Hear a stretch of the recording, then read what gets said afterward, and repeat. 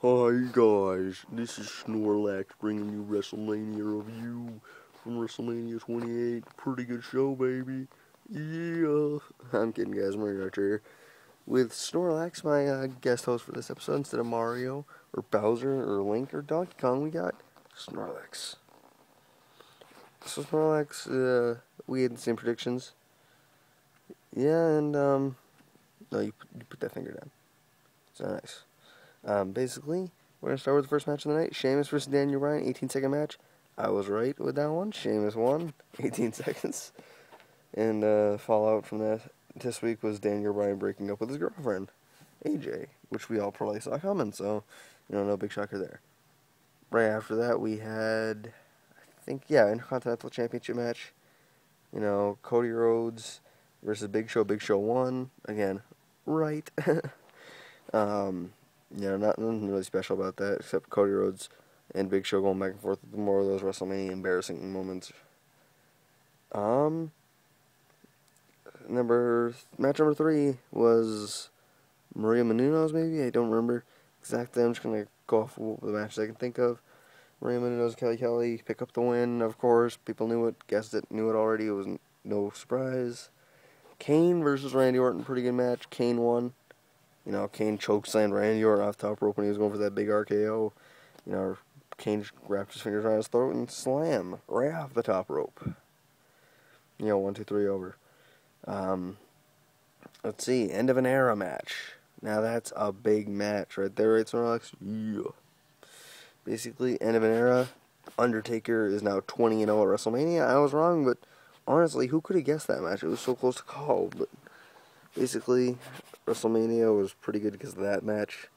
That match was probably one of my favorites on the card.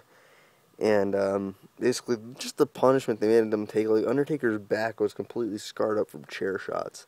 That is scary. People are always like, oh, wrestling's fake. If you see this guy's back, like how it was at WrestleMania, you can say it's fake all you want, but that had to hurt. His back's all like clawed up. It was nasty.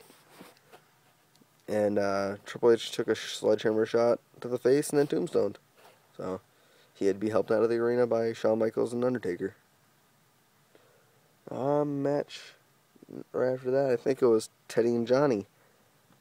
And Team Johnny won. Because Eve got in the ring to help Zack Ryder pump up the crowd with the broski boot, and then Zack went to go get her out of the ring, and Miz turned around and gave him a skull crushing finale. That's correct. 1, 2, 3, Miz wins.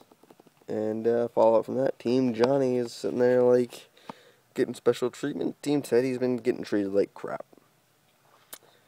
No surprise there. Now, on to, like, my favorite match of the night. 2 of my all-time favorites, CM Punk and Chris Jericho for the WWE Championship. Before his match, since John Laurinaitis just won, he said, Punk, I know you're pretty mad at Jericho about him accusing your father, or saying your father's going to be an alcoholic on TV. That your father's an alcoholic, your sister's a drug abuser. Well, if you lose your temper, you will lose the title by disqualification. Again, no big shocker. You could have guessed he was going to say it, but Punk, calmly just went down to the ring, got ready for his match. And Jericho was out there, and they did it. They went out for it. They tried to make each other tap out a lot. It was a good match. One of my favorite parts, though, was when Jericho was, like, in the corner, because Punk was sitting there beating the living crap out of him, and then he's like, Punk, how's your father? And Punk started beating the living crap out of him some more, and then, how's your sister? Trying to get him to, like, lose his cool, and then Punk tried to go outside the ring and get a chair, and then the referee was like, Punk, if you hit him with that chair, I'll disqualify you. And Punk dropped the chair. And then the end of the match came when Chris Jericho went for Walls. Jericho had it locked in. Then Punk got up and locked in a Anaconda Vice, and Jericho tapped. Follow-up from that was Jericho on Monday night after Punk defended the title against Mark Henry. Punk, Jericho came out and he was yelling at Punk after Punk just got World's Strongest slammed outside of the ring. And Jericho told him, look, I'm going to drive you to drink. And then he poured alcohol all over CM Punk's face. Then he slapped a beer bottle over the back of his head. And yeah, it was not pretty. Not pretty at all. Then the last match, once in a lifetime, never before, never again, John Cena versus The Rock. Now, the ending of this match, I didn't like how it ended. Honestly, like, the ending could have been better. They had tried to have John Cena look like an arrogant guy, trying to do like a people's elbow or something like that to The Rock.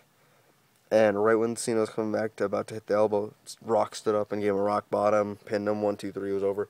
I honestly thought that ending was wicked stupid. Almost like WrestleMania 27 when Undertaker had to make Triple H tap out, which Triple H just kind of faded out, which, again, I didn't really like that ending. This year's ending to End of an Era was good. Like, every match had a good ending except for the last one. Anyway, I'll talk to you guys in a little bit. See ya. Peace.